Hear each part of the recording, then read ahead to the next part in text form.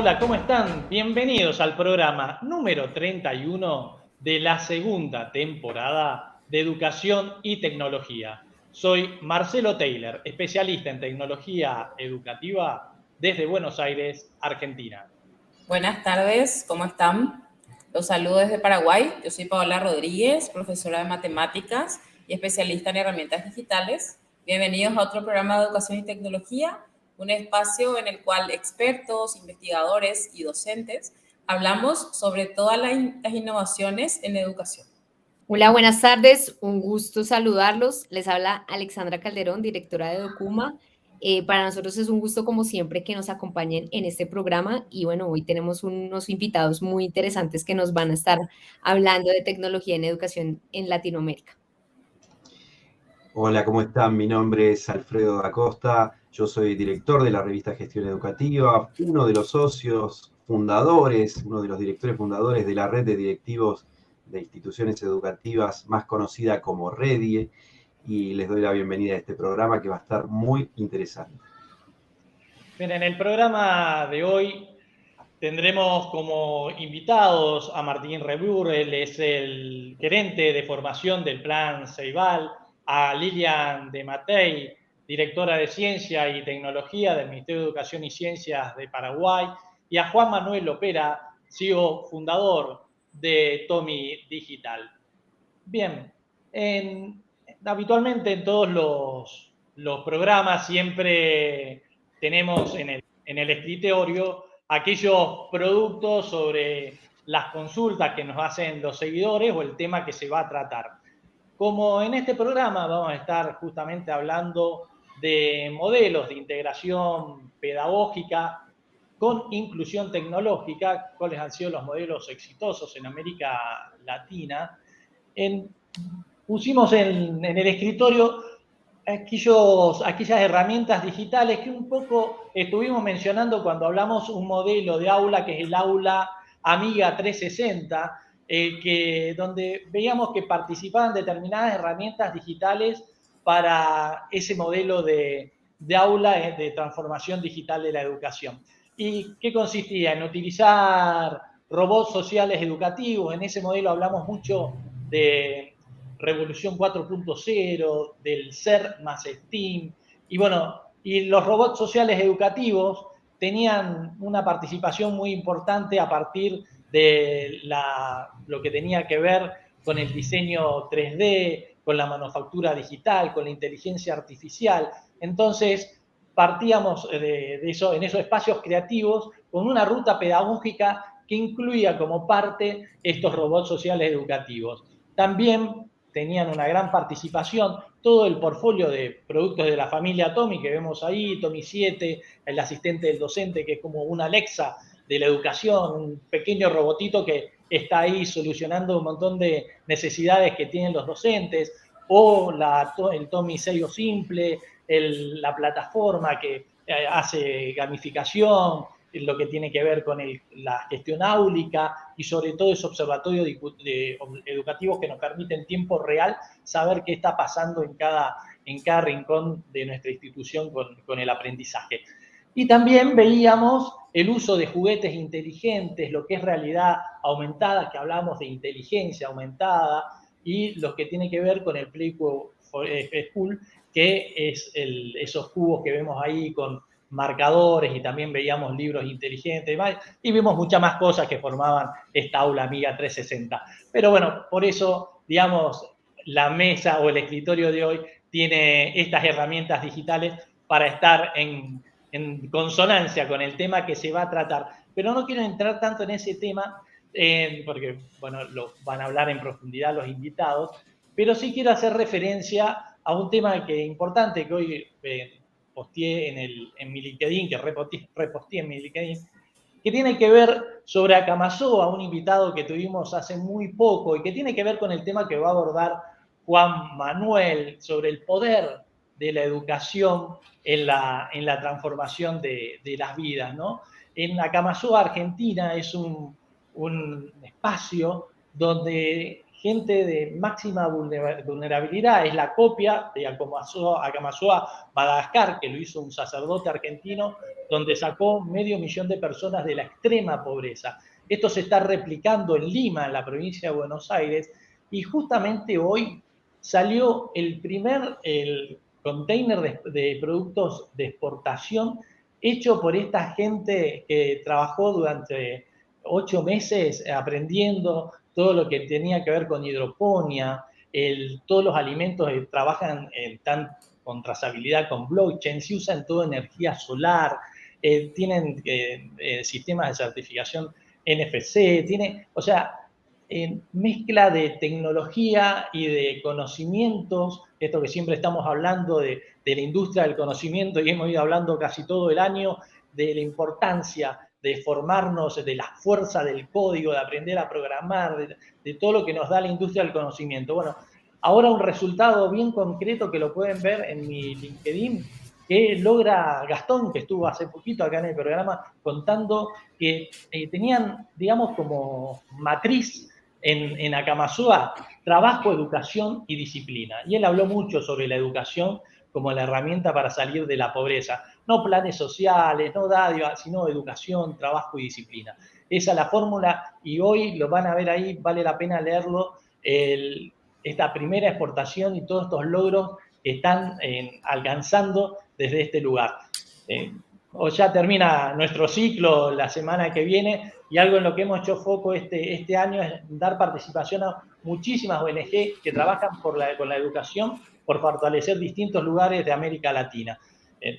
Ahora que está Lilian del Paraguay, destacamos, por ejemplo, a la Fundación Gran Chaco, la cultura guaranítica, guaraní, que tiene mucho que ver en el norte argentino, de donde el programa es originario de Formosa, digamos, y donde estos pueblos originarios guaraní que hacen artesanías son artesanías NFC, ¿no? Y se comercializan hasta en Nueva York estos productos y con un impacto social inmenso, pero siempre, o sea, con educación, llevando internet, que ahí tienen internet sin internet, gracias a Tommy justamente. Y bueno, todo esto que se hace en las ONG para transformar a través de la educación y transformar un montón de vidas, que tiene mucho que ver, como decíamos, de lo que va a estar hablando Juan Manuel, pero quería más que nada que lean hoy lo que está pasando con Acamasúa, porque es un lindo ejemplo para seguir en toda América Latina. Bien, antes de recibir a nuestros invitados, vamos a ver un poco cuáles son las novedades que nos trae Documa desde Colombia para este 2023. Bueno, muchas gracias, Marcelo. Como dices tú, son muchas las iniciativas que cada vez se están consolidando en pro de la innovación educativa. Y claro que sí, pues ahora se vienen varias cosas. Ahora justo voy para Argentina la próxima semana. Ya vamos a hacer un cierre presencial de este programa que nos estaba acompañando. Solo falta que Paola viaje desde Paraguay y nos veamos en Argentina para hacer el cierre de este programa que hemos venido haciendo todo este año. La idea es estar invitando a algunos de las personas que nos han estado acompañando en este programa y poder dar ese cierre. Así que todas las personas que estén en Argentina y que quieran participar en ese espacio que vamos a estar realizando de forma presencial, súper invitados. Y les cuento pues que con la UNAM de México nos unimos y ya estamos preparando un Documa Summit Innovation para el 25 y 26 de mayo en Querétaro, en unión con la universidad, con la UNAM de México. Así que en pronto ya les vamos a estar dando la convocatoria para que se presenten con sus ponencias, con sus experiencias desde toda Latinoamérica. Así que nos vamos para Querétaro próximamente y vamos a estar allí realizando el congreso. Y por supuesto, pues todas las instituciones que busquen generar planes de innovación y generar estrategias de innovación, pues nos pueden contactar para ir planeando en enero cuáles van a ser esos próximos pasos. Yo creo que el tema de la innovación es muy amplia, como siempre lo vemos aquí, y efectivamente la idea es generar unos planes de acciones que nos permitan ir en diferentes niveles de apropiación digital, de consolidación de los saberes. Así que, bueno, eso es lo que tenemos para el otro año y, bueno, varias cositas que ya les vamos a estar contando próximamente.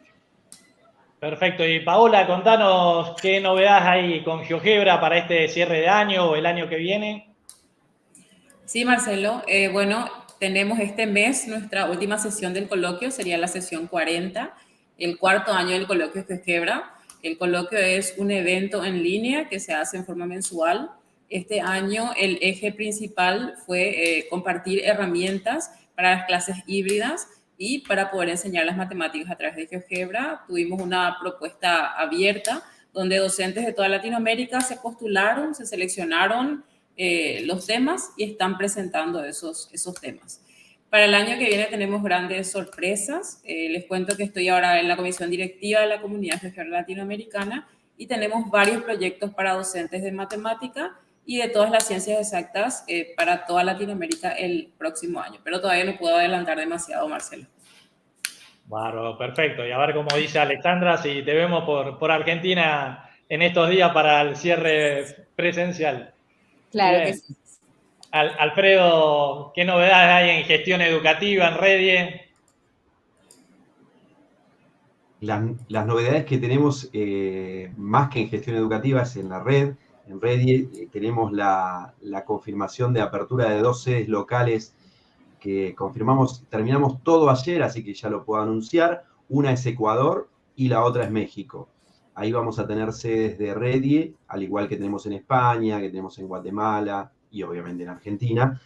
Y hoy tuvimos que suspender por motivos que son de conocimiento público la definición de Perú, que seguramente se traslade a la semana que viene o a la otra, pero también la idea ya es abrir una sede en Perú. Seguramente en unos días más, en unas semanas más, vamos a poder anunciar eso. Pero sí, México y Ecuador. Ecuador va a abrir ya prácticamente en 10 días y México en los primeros días de enero.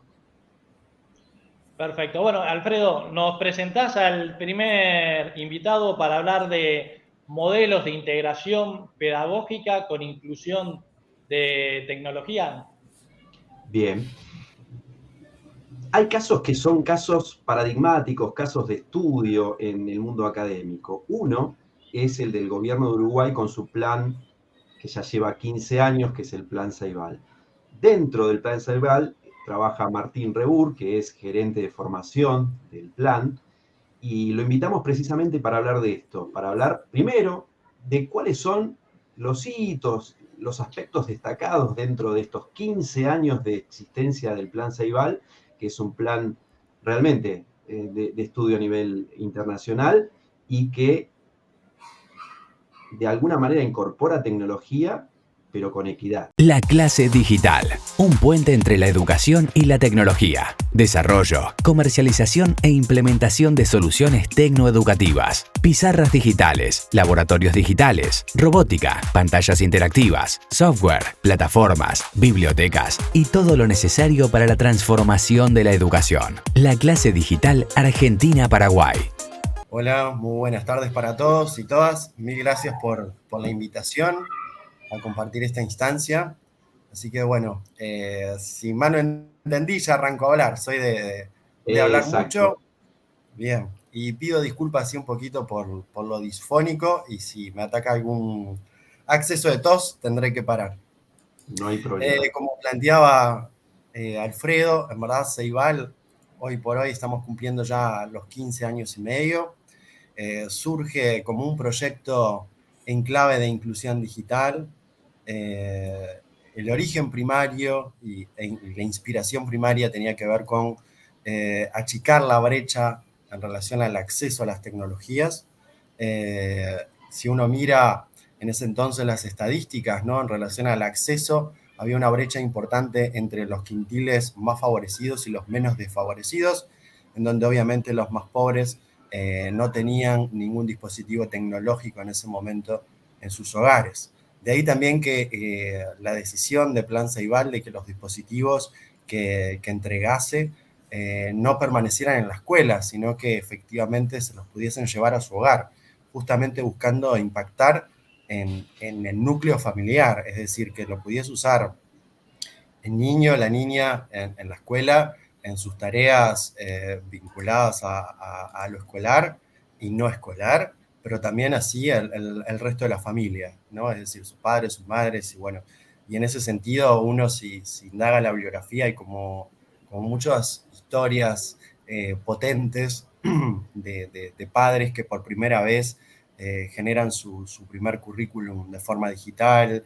que aprenden diferentes oficios o se acercan a diferentes áreas de conocimiento a través de la famosa Ceibalita.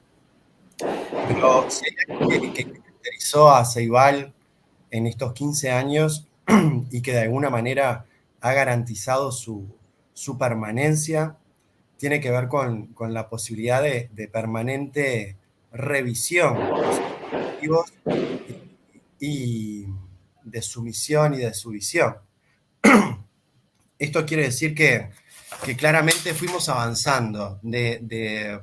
Por un lado, seguimos garantizando la entrega de dispositivos. Eso en los 15 años nunca hemos parado.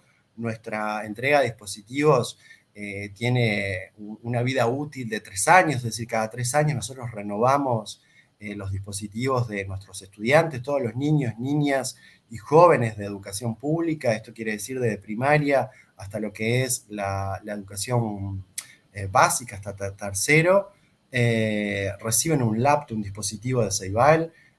A la vez esto fue acompañado de conectividad en los centros educativos, de plataformas de gestión de contenido, pero fuimos poniéndole cada vez capas de valor educativo. Es decir, en esto de los hitos, tenemos los hitos de las entregas, pero tenemos los hitos de las plataformas. Recuerdo allá hace unos 10 años empezamos con las plataformas de gestión de contenido, las plataformas adaptativas de matemática, comenzamos actualmente, tenemos una plataforma de lengua, trabajamos en diferentes plataformas y en diferentes instancias de formación que contribuyeran justamente a posicionar al docente no solo como pasivamente recibiendo esta tecnología, sino justamente de forma activa, pudiendo generar recursos y pudiendo generar propuestas con un sentido pedagógico en el aula. Creo que ahí es una de las cuestiones también diferenciales que ha mantenido Ceibal a lo largo del tiempo, es decir, el tema de la formación, donde empezó siendo una formación, por un lado, tal vez más en clave de capacitación, ¿no? Si uno lo mira ahora a la distancia, dice, bueno, que en aquel entonces se parecía tal vez más a una cuestión más vinculada a una academia de informática, ¿no? Donde la visión tenía que ver con transmitir un uso instrumental de cómo determinado programa, determinado dispositivo funcionaba. A la formación del día de hoy, donde obviamente lo instrumental está presente, pero no es el objetivo en sí mismo, sino que se aprende lo instrumental a partir de una necesidad educativa. Es decir, a partir de una necesidad que yo tengo para generar una propuesta de enseñanza. Esto quiere decir que Ceibal, hoy por hoy, tiene una estrategia de formación de lo más amplia, de lo más variada. Tenemos desde cursos virtuales, tenemos desde cursos autoasistidos, talleres sincrónicos virtuales, tenemos diferentes propuestas que generan un acompañamiento situado en territorio, trabajando y apoyando ahí ya en lo que tiene que ver con la constitución de proyectos educativos, institucionales, con un apalancamiento digital importante. Hemos ido construyendo también diferentes departamentos, es decir, si uno mira inclusive la propia organización a la interna, ha ido transformándose en relación a las necesidades que hemos ido detectando en este fuerte vínculo que tenemos con el sistema educativo.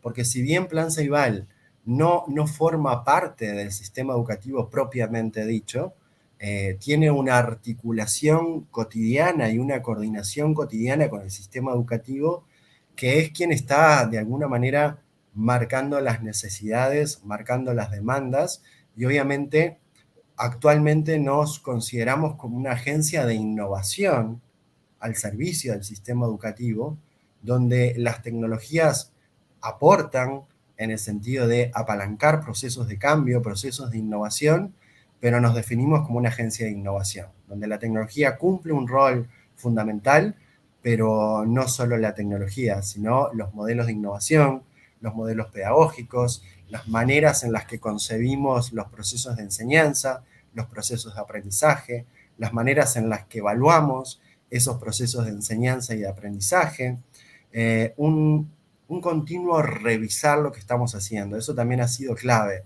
Es decir, si hay algo que caracteriza a Ceibal, es que permanentemente se está revisando. Es decir, siempre identificamos las oportunidades de mejora y, como decimos, no tenemos temor a equivocarnos. Preferimos equivocarnos, porque así sucede con temas de innovación, a después decir, ¿y qué hubiese pasado si lo hubiésemos intentado? En verdad, nosotros siempre lo intentamos y aprendemos mucho del error, y es en buena medida también lo que queremos transmitirle a nuestro colectivo docente, que de alguna manera se anime a probar formatos nuevos, se anime a integrar recursos nuevos, que en esto de innovación y de tecnologías, hace un tiempo decíamos, no hay recetas, y es verdad, no hay recetas, pero cada vez conocemos más cuáles son los ingredientes claves para que salga un buen plato. Es decir, esto también me parece importante señalarlo, porque no es lo mismo hace 15 años que decíamos, bueno, no hay mucha referencia, en distintas partes del mundo estaban comenzando proyectos similares, pero todos estábamos más o menos en el mismo momento, ¿no?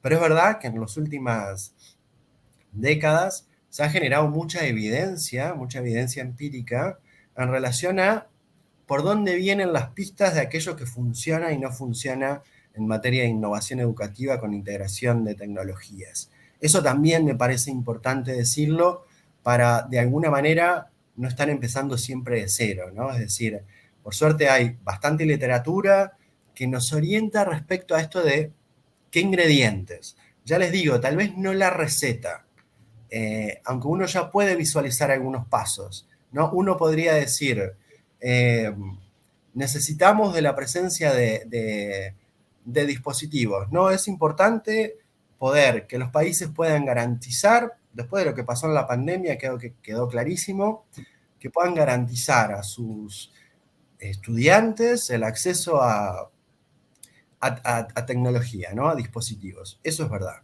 Pero también queda clarísimo de que con eso no alcanza, con eso no basta. Que lo que puede suceder, o si no, es agrandar la brecha.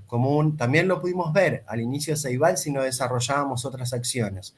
Yo les decía, garantizamos el achicar la brecha respecto al acceso.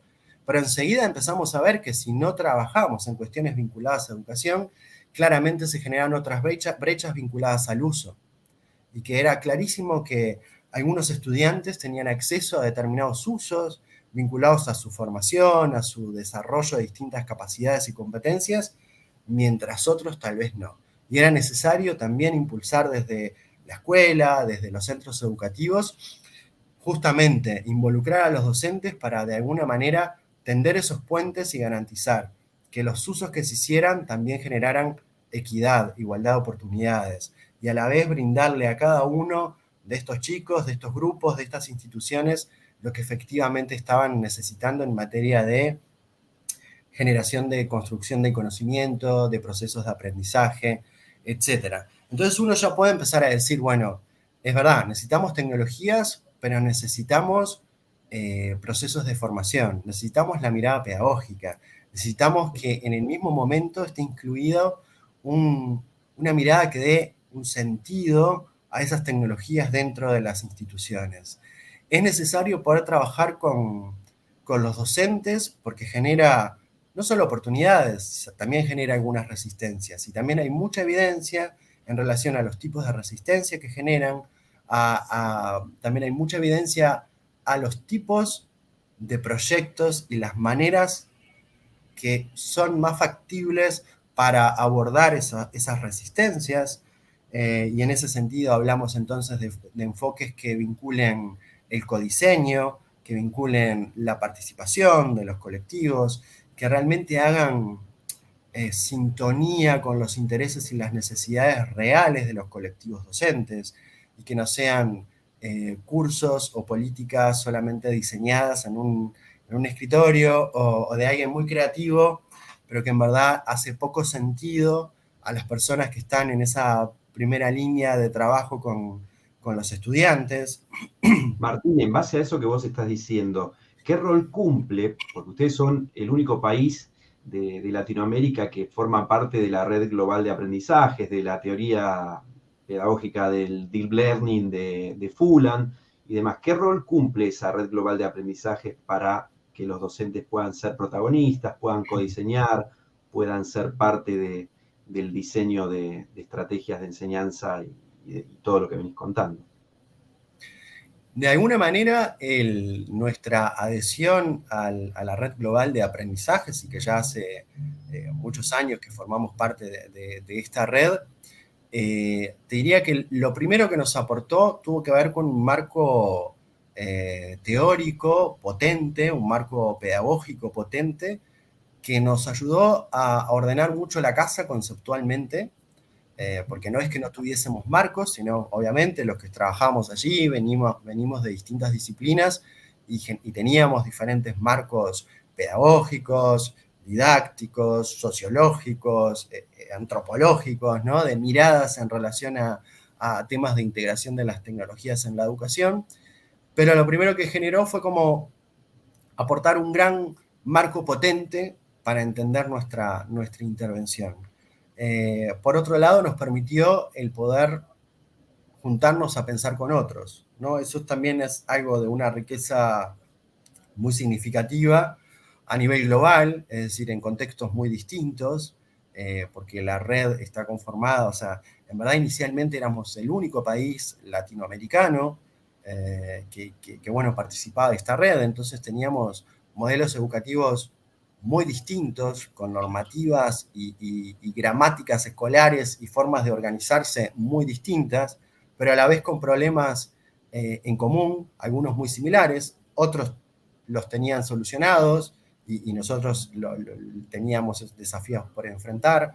Así que ahí hay una riqueza también en esto de que tiene que ver con pensar con otros de manera colaborativa y a la vez compartiendo herramientas en común, porque es un compartir, pero generando evidencias y registrando experiencias a través de una serie de herramientas, de recursos, como pueden ser rúbricas o distintos otros instrumentos, que nos permitía hablar un lenguaje en común.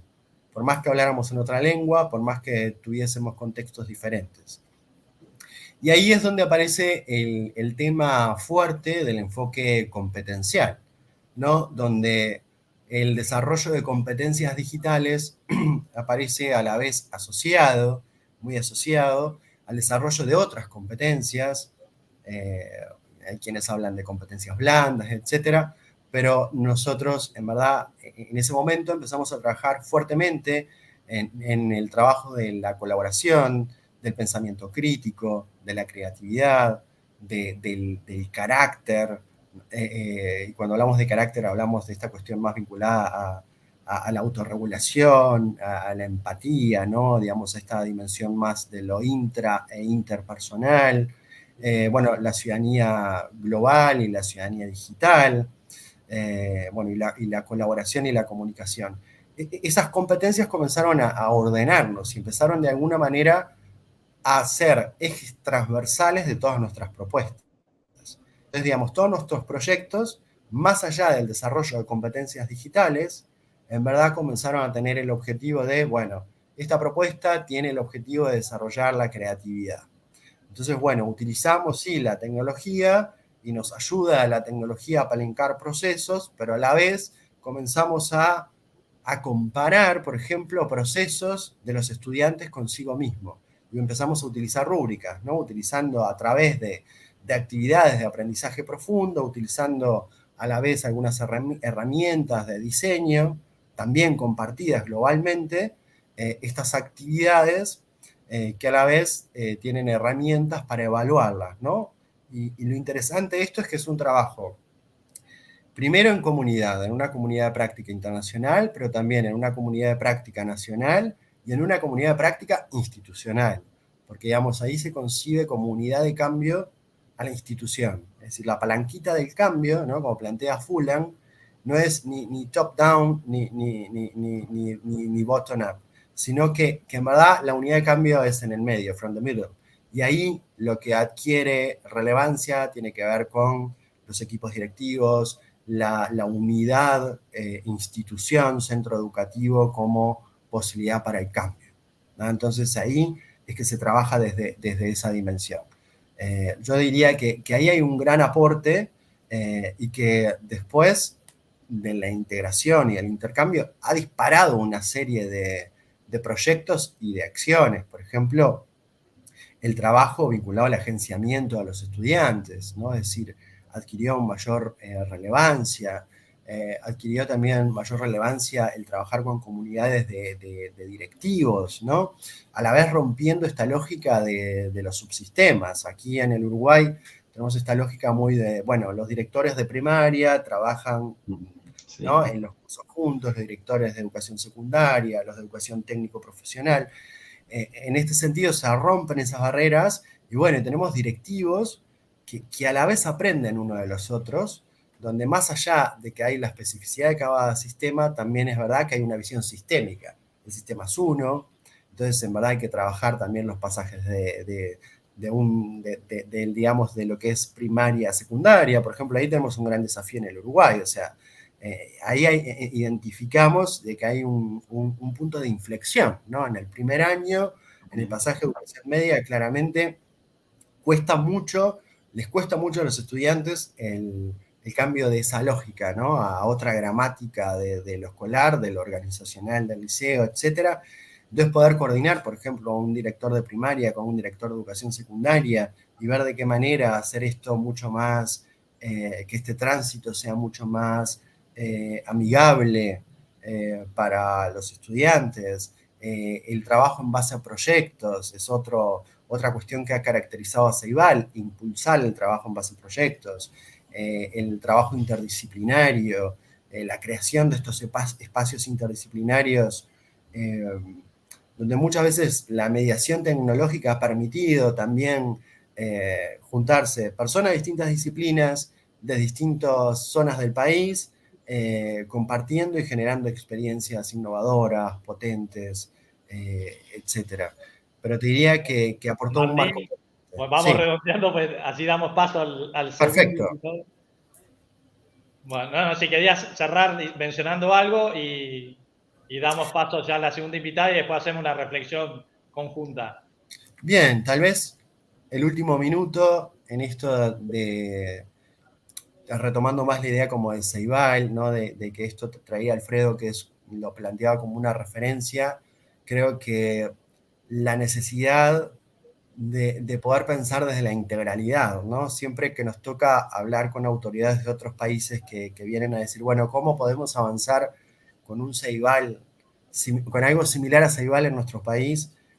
Siempre transmitimos que la clave tiene que ver con esta mirada integral, más holística, donde tiene tanta relevancia, sí, las cuestiones vinculadas a la tecnología per se, pero sí el desarrollo de capacidades, de habilidades en los docentes, en los sistemas, porque también hay que poder trabajar a nivel sistémico para que pueda adoptar, para que pueda generar contextos, como dice Cristóbal Cobo, que faciliten justamente la disrupción, la innovación, el trabajo colaborativo, etc. Y que desde el inicio también hay que poder evaluar para poder ir tomando decisiones en función, en base a evidencias que permitan ir ajustando y recalculando en el camino. Bien, perfecto. Muchas gracias, Martín. Sin duda hablar de Ceibal nos da para varios programas juntos, pero bueno, vamos después a volver sobre tantas dudas y necesidad de saber más que se nos genera cuando escuchamos Ceibal. Así que bueno, vamos a dar paso a la segunda invitada. Paola, ¿nos presentás? Sí, cómo no. Bueno, nuestra segunda invitada es Lilian de Matei.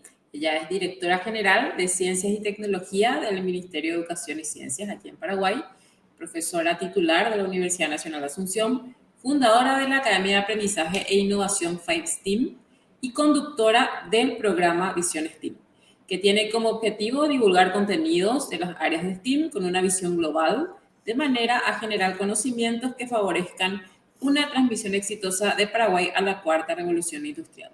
En el programa se presentan varios proyectos que impulsan la educación en ciencia, tecnología, ingeniería, artes y matemáticas a la sociedad paraguaya. Bienvenida, Lilian. La clase digital, un puente entre la educación y la tecnología. Desarrollo, comercialización e implementación de soluciones tecnoeducativas. Pizarras digitales, laboratorios digitales, robótica, pantallas interactivas, software, plataformas, bibliotecas y todo lo necesario para la transformación de la educación. La clase digital Argentina-Paraguay. Muchas gracias.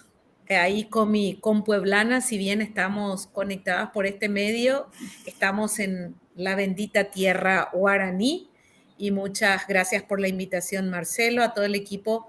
Es creo que mi segunda o tercera vez que estamos. Tercera vez, sí. Tercera vez que estoy aquí en el programa. Muchísimas gracias. Bueno, estoy acá para responder, si bien después de Ceibal es complicado, ¿verdad? Nos cuesta a todos, ¿no? Entonces, escucho la consulta específica, tiene que ver justamente con la integración pedagógica y la tecnología, tengo entendido, Marcelo. Así es, sí, Lilian, o sea, bueno, vos hablás mucho del modelo STEAM para aplicar y, bueno, también saber un poco qué es lo que se está, así para lo que recién decía justamente Paola, hablando de tu programa incluso, pero bueno, contarnos un poco en qué estadio se encuentra Paraguay a hoy, cuál es el modelo que están impulsando y, bueno, que nos cuentes cómo va avanzando la transformación digital de la educación en ese país. Bueno, realmente estamos en un proceso muy rico para nosotros los tecnólogos, por decirlo así, porque estamos viviendo una convergencia entre la transformación digital a través del Ministerio de Tecnología y la transformación educativa a través del Ministerio de Educación. Para eso le escuché justamente al colega hablando de Cristóbal Cobo, que es un reconocido en el área. Estamos también en varias revisiones, tanto de la región, ¿cuál es el modelo ideal? Si bien no existe un modelo ideal ya, digamos, probado, porque este tema de la pandemia nos revolucionó a todos, a muchos tuvimos que tirarnos, digamos, a esta innovación a nivel y eso ocurrió a nivel de país, de todos los países del mundo, pero en el caso de Paraguay, si bien lo miramos desde el punto de vista de una visión negativa, diríamos que estamos mal, pero Ceibal con todos sus años también nos puede decir en base a la experiencia que tuvieron que hacer varios ajustes después post pandemia. Y bueno, en esa estamos, si bien nosotros trabajamos muy de cerca con el equipo de Ceibal, también con comunidades y redes que han a nivel regional, que nos han mostrado caminos por dónde ir. También nosotros, Paraguay, está construyendo su propio camino. Y de ahí lo que nosotros estamos queriendo es, sin duda, encontrar disminuir la brecha y no aumentarla, porque nos hemos dado cuenta que la brecha se ha aumentado en muchos países con el tema de la pandemia, porque hemos aplicado modelos que quizás no teniendo en cuenta esta realidad. Hoy se habla mucho de lo que es la educación a distancia, pero usando tecnología, porque el aprendizaje, y voy a tirar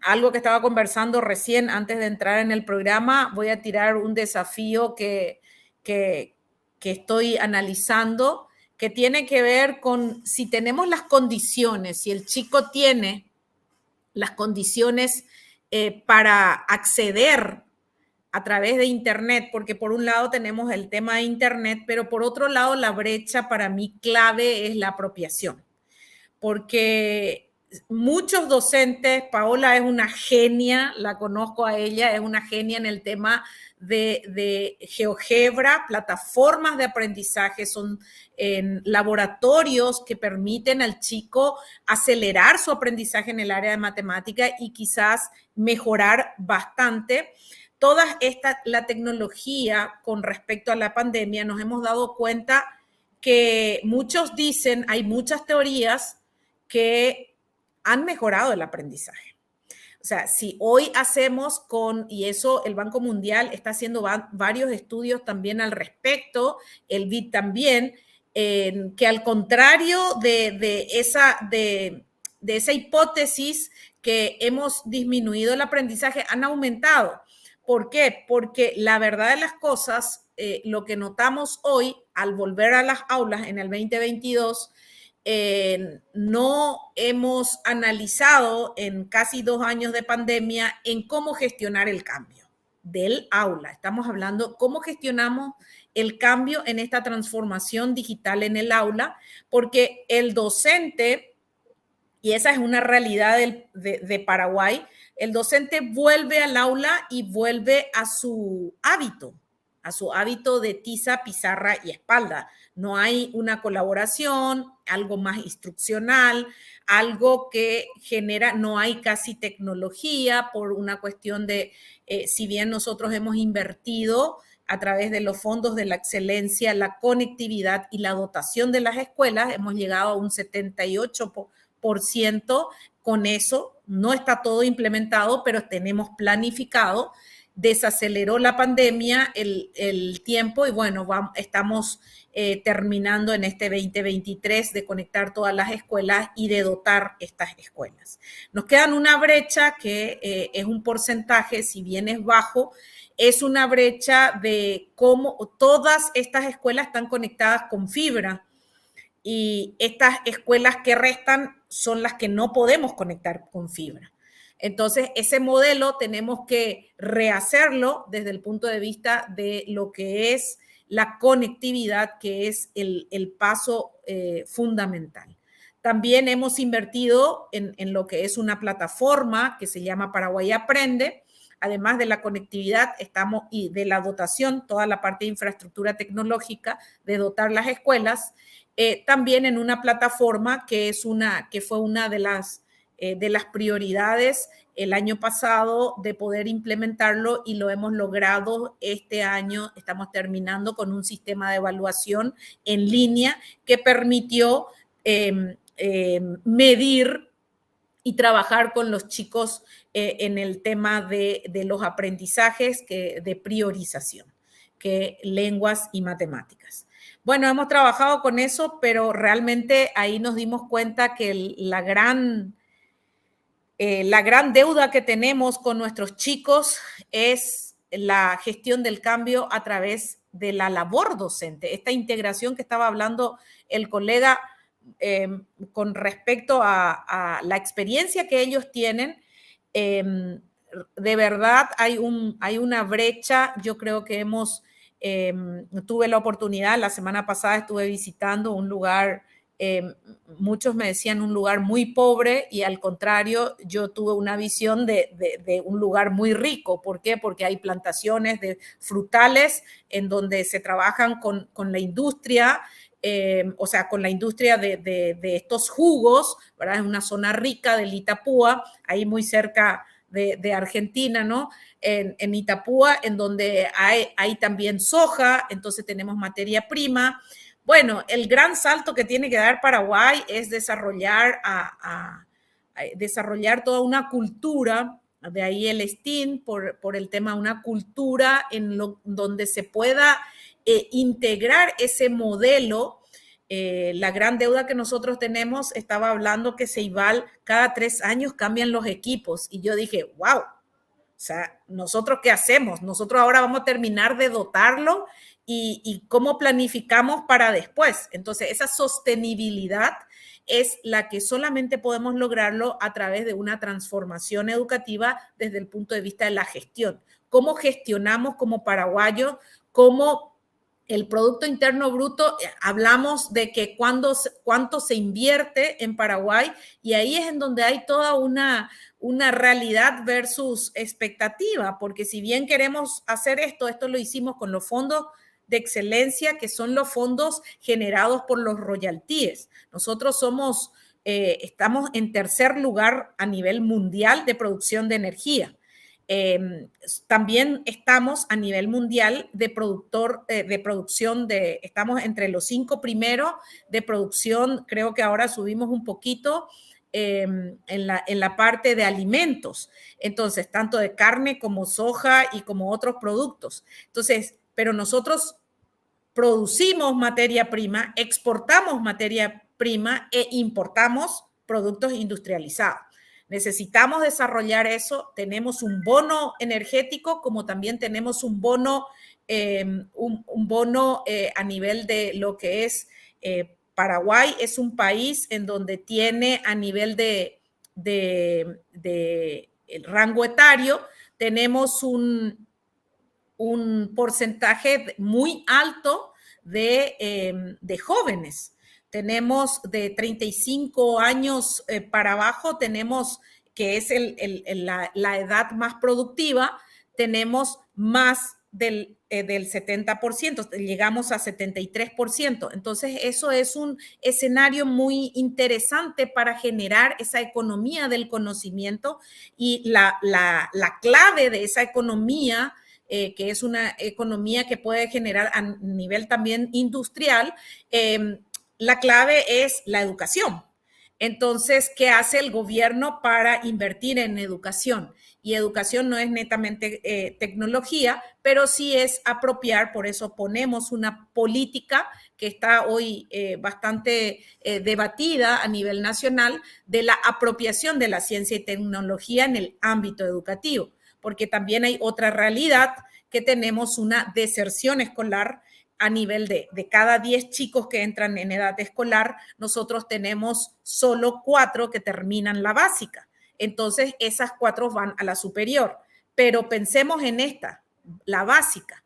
Hoy por hoy, este rango del tercer ciclo, que es, digamos, al término del K12, no le vuelve más atractivo. Yo creo que aumentaríamos la brecha de deserción, el acceso a la educación de los chicos, porque hoy los chicos no se sienten más, si pudieron estar en pandemia aprendiendo más y conociendo más cosas a través de estos dispositivos, entonces como que hoy cuando van a las escuelas y no podés no integrar más el dispositivo, la computadora, no podés, para que sea atractivo para los chicos. Ese es el gran desafío que nosotros estamos teniendo en Paraguay, que podamos maximizar toda inversión que hicimos en cuanto a dispositivo, conectividad, a nivel de la educación a distancia, porque estamos trabajando muy fuertemente también con cooperaciones internacionales, específicamente con Corea, COICA, a través de COICA, en el tema de la televisión educativa, de poder llegar en esos lugares que son menos del 30% a nivel de matriculación, que los chicos necesitan tener acceso a los contenidos digitales y poder trabajar, poder terminar la básica. Entonces, esos son los desafíos. Estamos trabajando muy fuertemente en conocer modelos. Por supuesto, cuando me invitó Marcelo, muy encantada de poder participar. ¿Por qué? Porque escuché atentamente al colega de Uruguay, después esta gente de Colombia y Argentina, y obviamente son nuestros referentes en todo este proceso de transformación digital en la educación paraguaya. Bien, gracias Lilian, pero bueno, para ir aportando a esto que vos justamente planteabas, de este modelo que requiere para toda América Latina, que es esa educación que genere conocimiento, y con ese conocimiento que generemos desarrollo económico a través de la industria del conocimiento. Tenemos que hablar del poder transformador de la educación en América Latina, y para eso nadie más indicado que Juan Manuel Lopera, CEO de Tomi Digital, que está trabajando fuertemente en toda América Latina, transformando la educación, y conoce exactamente qué es lo que pasa en nuestra región. Así que, Juan Manuel, bienvenido, y te damos la palabra como para que unas un poco todo esto que estuvimos escuchando. La clase digital, un puente entre la educación y la tecnología. Desarrollo, comercialización e implementación de soluciones tecnoeducativas. Pizarras digitales, laboratorios digitales, robótica, pantallas interactivas, software, plataformas, bibliotecas y todo lo necesario para la transformación de la educación. La clase digital Argentina-Paraguay. Marcelo, muchas gracias y de antemano le pido disculpas a Liliana y Martín porque van a ver que el génesis de Tommy es un poco antigobierno, por supuesto, reconociendo la labor que ustedes han hecho pues en todos estos años en sus países, pero nada, voy a darles un poco de ese contexto, como dice Marcelo, de por qué estamos haciendo lo que hacemos y por qué soy y me declaro 100% pro maestros antes que pro política pública incluso, ¿no? Entonces, pero bueno, intentaré en muy poco tiempo justificarlo, pero yo crecí en uno de los barrios más violentos de Medellín. Ese es uno de los contextos que siempre tengo que dar, cuando Medellín era la ciudad más violenta del mundo. Así que estábamos creciendo junto con otros amigos en uno de los contextos en los que era más poco probable que lográramos ser parte de la solución y construyéramos tejido social, sino que muy probablemente íbamos a ser un sicario más en el barrio o íbamos a morir jóvenes, como era la métrica media.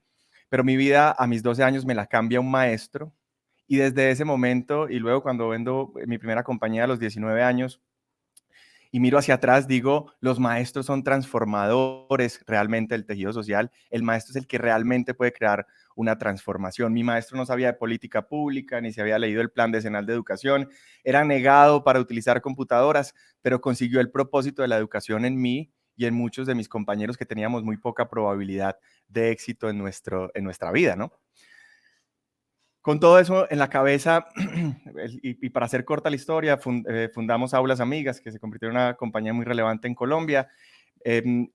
Digamos que este maestro me convierte indirectamente, según MIT, en el 2016 me nombran como la persona más innovadora de Colombia, que eso para mí era soñado. O sea, cómo soñar que alguna vez desde uno de los barrios más violentos de Medellín ibas luego a recibir un galardón de la universidad más importante del mundo sin haber tenido siquiera la oportunidad de ir a la universidad.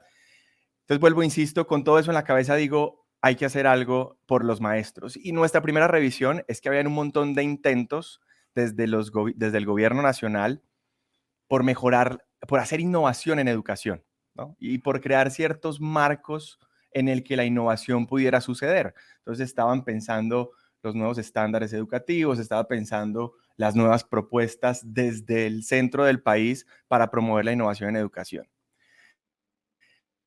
Y nuestro punto de partida, digamos, en toda nuestra tesis es que todos esos intentos de los gobiernos centrales por crear marcos para la innovación y de las editoriales por crear contenidos educativos que promovieran la innovación educativa, en fin, estaban castrando la innovación en los maestros. Porque cuando decimos que creamos un estándar y al mismo tiempo le estamos pidiendo al maestro que haga innovación, estamos hablando de dos cosas que son completamente contrarias. ¿Cómo yo hago innovación dentro de un estándar educativo? ¿No?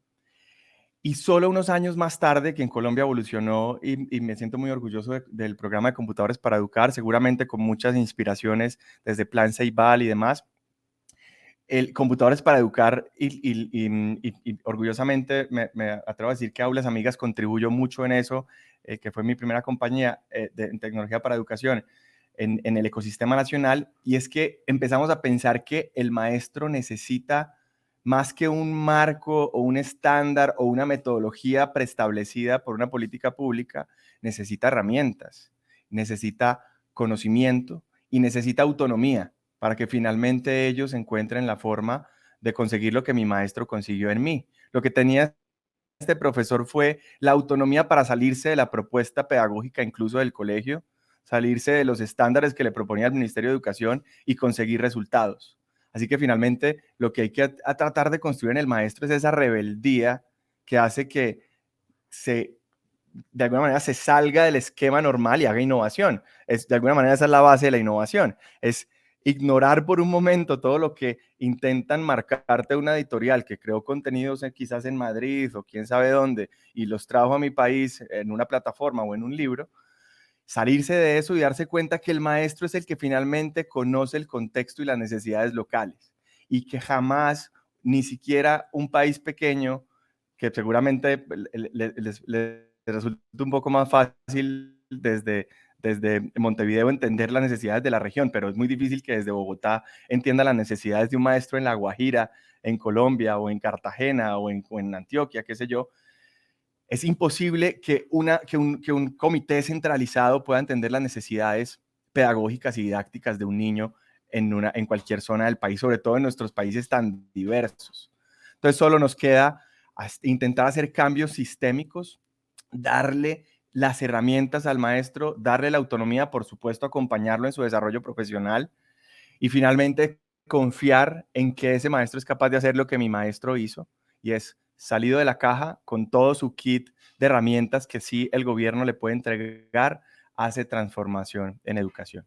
Y con ese intro y sabiendo que no tengo mucho tiempo, les voy a compartir un poco de lo que hemos estado haciendo desde TOMI. Les voy a compartir pantalla como para dinamizar aquí unos segundos la exposición. Creo que ahí estamos, Marcelo, ¿verdad? Sí, sí. Y es que luego de todo ese discurso, como un poco revoltoso sobre cómo debería suceder realmente la innovación, dijimos, ¿cómo hacemos desde TOMI, de nuevo, luego de 15 años de experiencia con aulas amigas, desde Colombia hasta la India, haciendo formación de maestros y entendiendo las necesidades de los maestros en países en vía de desarrollo? Esos son cerca de $60 millones en proyectos que hemos podido ejecutar en transformación tecnológica en educación a lo largo y ancho del planeta. Pero tratamos de puntualizarlo más y ahí llega TOMI, que creo que es un poco mi tarea aquí, Marcelo, enfatizar en lo que TOMI se ha convertido en los últimos 2 años y medio quizás. Debería ser divertida para ser más efectiva. Creo que esto debería ser un entendimiento general de cualquiera que esté en educación, y que la mayoría de maestros utilizan tecnología para hacer las clases más divertidas. Como decía Martín hace un rato, y que eso lo rescato mucho, y es el maestro cada vez juega un papel más activo que pasivo. No solamente es recibir tecnología para aplicarla, sino que él escoge la tecnología e incluso produce el contenido. Que ahí voy a ir a ese punto, y es que desde TOMI tratamos de superar 3 problemas, o 2 de los 3 problemas principales a la hora de hacer las clases innovadoras, divertidas, y voy a resaltar algo en un segundo, y es personalizadas. Y es que no todos los niños tienen un dispositivo por estudiante, no todos los aulas de clase tienen acceso a Internet, y no todos los maestros tienen las habilidades para crear y aplicar ese contenido divertido y personalizado. Los dispositivos, como estaban diciendo también hace un rato, empiezan a entrar más y empiezan a haber menos niños por dispositivo. Ahora les voy a contar algo especial que hacemos, y es que nosotros, como mencionaba Liliana hace un rato, tenemos escenarios de éxito donde los niños todavía utilizan dispositivos de los XO de One Laptop Per Child de hace 20 años, 15 años, y hoy lo usan activamente para consumir clases divertidas y personalizadas. Entonces ahí está cómo vencer también ese reto, y es cómo reactivar dispositivos viejos que nos puedan servir para actividades modernas de educación. Pero nuestro foco en TOMI ha estado todo este tiempo en cómo hacemos para que sin Internet o poco Internet y con pocas habilidades hoy, para que todos los maestros, el 100% de los maestros fueran maestros activos y no pasivos, como decía Martín, hacemos que la educación sea divertida y personalizada. Y eso finalmente termina siendo TOMI, y es que hoy tenemos cerca de 1.4 millones de actividades de evaluación formativa accesibles en Internet y creada, que esto es lo mejor, creada por 42,000 maestros autores. Poco nuestro papel hoy con los gobiernos de casi toda América Latina es ayudarlos a convertir a sus maestros en maestros activos. Me pego mucho, Martín, de tus palabras, porque creo que es la clave de todo esto, y es cómo hacemos que el maestro sea autor y que sea capaz de adaptar el contenido y sus prácticas a las necesidades de su contexto, de nuevo remarcando lo que estaba diciendo al principio.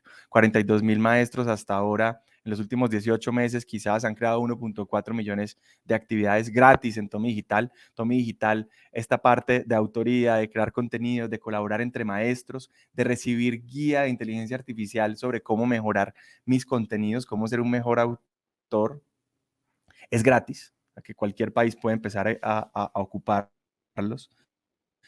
Ahora mismo anda Fernando. Fernando es exdirector de Computadores para Educar en Colombia, es parte de nuestro equipo y anda allí en Paraguay porque estamos avanzando con ustedes en un proyecto piloto de implementación bien bonito. Y todo esto es gratis. Finalmente todo esto le llega a los maestros que quieran utilizar. Ojalá, y vas a ver por qué, Martín, ojalá en Uruguay empezaran a utilizar los maestros Tommy para crear sus clases y hacer clases divertidas y personalizadas. Porque finalmente lo que resulta de todo esto son maestros de más de 20 países colaborando por mejorar la educación del mundo. Eso es lo que pasa alrededor de Tommy. Maestros que colaboran para crear contenido que luego con inteligencia artificial adaptamos a las necesidades de cada estudiante. El último mes, cerca de 1 millón de sesiones de estudio se llevaron a cabo con Tommy de manera grupal e individual. Esto se lo pueden imaginar como es Formative Assessment, muy parecido a un Quizlet, Kahoot, como lo veían al principio, pero una de las cosas especiales es que Tommy es universalmente accesible, que por ahí, de pronto Liliana, habrás visto en nuestras redes, hay unas fotos de profes de Paraguay con Tommy 7 en las manos, que habilita el uso de dispositivos incluso 20 años más viejos que se conectan a Tommy, incluso sin internet, y acceden a todo el contenido que ha sido creado y mejorado por maestros de todo el mundo. Entonces aquí vuelvo, insisto, Martín, si los maestros de Uruguay utilizaran gratis Tommy para crear sus contenidos, probablemente le están ayudando a maestros en Paraguay, en zonas desconectadas, a crear clases personalizadas y divertidas, adaptadas con inteligencia artificial a las necesidades de su contexto. Entonces, esto es sumarnos todos los países, sumar a todos los maestros activos de todos los países para que juntos mejoremos la educación del mundo. Aquí termino toda esta historia dándole un poco a lo que siento que debería empezar a pasar en las instituciones educativas como organizaciones. Esto es algo que pasa en Tommy hoy. Yo tuve un episodio de vida que me cambió la forma de ver las organizaciones el año pasado. Yo me infecté de COVID como en marzo y salí del hospital en julio, 3 meses al borde de la muerte en cuidados intensivos por COVID y luego un montón de meses de recuperación. Y fue quizás el periodo en el que la organización funcionó mejor. Entonces yo dije, ¿por qué cuando no estoy es cuando mejor funciona mi organización? Y resulta que es que las organizaciones innovadoras no necesitan jefes. Este es nuestro organigrama en Tommy. En Tommy somos un equipo de cerca de 30 personas que se coordina automáticamente, orgánicamente, para hacer innovación en todos los países en los que hacemos innovación. Eso debería pasar en los países. Deberíamos ver a los maestros como elementos autónomos de un organismo vivo, capaz de hacer innovación y de adaptarse según las necesidades de sus contextos locales. Es un poco como nuestra mirada y nuestra filosofía. Detrás de nosotros hay personajes como Andrew Sutherland, que es el fundador de Quizlet, que hoy es una compañía gigante del mundo en educación. Está uno de los primeros inversionistas de Zoom. Tenemos un equipo y el convencimiento de que detrás de Tommy hay todo lo necesario para hacer una transformación de la industria, una transformación de la educación que empieza a pasar en las zonas rurales, sin acceso a internet, en medio de la pandemia, que tiene una gran comunidad que es Tominautas en internet, en YouTube, que se reúne todos los miércoles a hablar de innovación en educación. Pues ahí les dejo una invitación a los profes que nos estén escuchando, registrarse y usar Tommy Digital es gratis, pertenecer a la comunidad en Tommy, suscribirse a la comunidad de Tommy en YouTube es gratis, así que invitadísimos a participar. Y Marcelo, como siempre, gracias por abrirnos estos espacios para hablar de educación, pero sobre todo para hablar de maestros, que es lo que nos inspira. Perfecto, bueno, sí, siempre, digamos, menciono permanentemente tu frase, que la tenemos acá grabada en el programa, cuando siempre decís que no son ni las tecnologías ni las políticas públicas las que van a transformar la vida de los alumnos, sino los maestros que inspiran, ¿no? O sea, Tommy hace mucho foco en los maestros inspiradores. Así que, bueno, siempre tenemos a Tommy presente acá en el programa con su frase. Bien, para ir cerrando, pues ya nos estamos excediendo de la hora del programa. Alfredo, tu mirada final. Escuchándolos a los tres, creo que cerraría con esto, que la tecnología siempre tiene que estar al servicio de la educación, pero de las prácticas pedagógicas que nosotros llevamos a cabo en distintos estamentos de los sistemas educativos, siempre la tecnología respondiendo a la educación y no al revés. Bien, bueno, Martín, tu mensaje final para los docentes que nos siguen. O sea, recordamos que el programa sale por el canal 524 de Flow TV, pero también por el canal Documa de Colombia, TIC TV de Paraguay, clases virtuales con Paola Rodríguez de Paraguay, por Gestión Educativa, por Redie. Bueno, y también en esta oportunidad nos va a compartir Visión STEAM de Lilian también el programa, y por educacionytecnología.com.ar. Así que bueno, Martín, te pedimos para esa comunidad de docentes que nos siguen en las redes y en la televisión, ¿cuál sería tu mensaje final? Que si están en una comunidad es el lugar, justamente. Que en verdad la clave está en aprender con otros, en no saberlo todo, sino en animarse y en buscar las posibilidades, ¿no? Sin lugar a dudas que las políticas educativas toman carne en los docentes y son en definitiva en el aula, en el centro donde se juegan las posibilidades reales de los cambios, sin cargar totalmente a los docentes de toda la responsabilidad, porque también las políticas tienen que poder garantizar las condiciones para que los docentes puedan hacer su labor de la mejor manera posible, ¿no? Pero es verdad que sin los docentes no sucede esa posibilidad. Son quienes tienden los puentes y deben acompañar activamente a los estudiantes. Bien, gracias. Lilian, tu reflexión final. Bueno, tomo una parte de lo que dijo el colega. Sin dudas, también decirle a la gente de Tomi, para mí, toda la plataforma que tiene Tomi, estoy muy en favor, porque es la integración, porque las tecnologías cambian y lo que necesitamos es integrar, y es el asistente del docente. El docente es la clave de este proceso de transformación, el agente de cambio.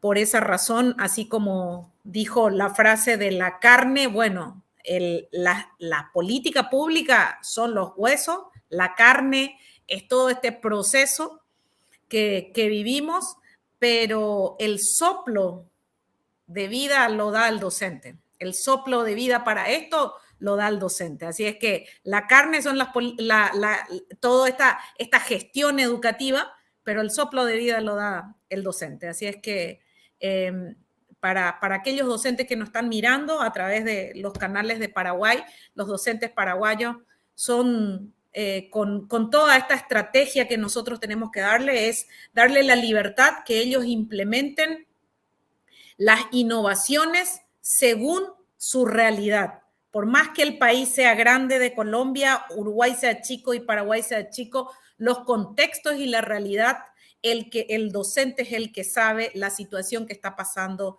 que están pasando ahí en el aula, y ellos son los líderes. Perfecto, gracias Lilian. Juan Manuel, tu reflexión final. Marcelo, Lilian, Martín, de nuevo yo creo que ya lo han dicho, y este mensaje yo creo que es más para los maestros, y yo creo que aquí está claro, y es, estamos en este siglo, la política pública ya no es un problema, ya ven que hay un montón de casos de éxito, de que las medidas se están tomando, la conciencia está clara, los maestros ya tienen de dónde agarrar, ya tienen las herramientas ahí al lado, ya los gobiernos hace rato entendieron, y pruebas de éxito hay un montón, que el maestro es vital y que todo lo que tienen alrededor es al servicio del maestro. Ahora el maestro ya no tiene excusa. Ahora ustedes están en el centro, son protagonistas, tienen todo el apoyo de la política pública, tienen todo el apoyo tecnológico. Es momento de que hagan su magia, es momento de ser ese soplo y ese protagonista del que Lilian hablaba. Bueno, muchísimas gracias, Juan Manuel, Martín, Lilian. Paola, nos despedís, que ya nos fuimos de la hora. Sí, cómo no. Bueno, muchísimas gracias a nuestros invitados, Martín, Lilian y Juan Manuel. Muchas gracias por compartir con nosotros todos sus conocimientos. Los invitamos a seguirnos en nuestras redes sociales para enterarse de todas las novedades, y nos vemos en un próximo programa de Educación y Tecnología. Bien, hasta la semana que viene. Hasta la semana que viene.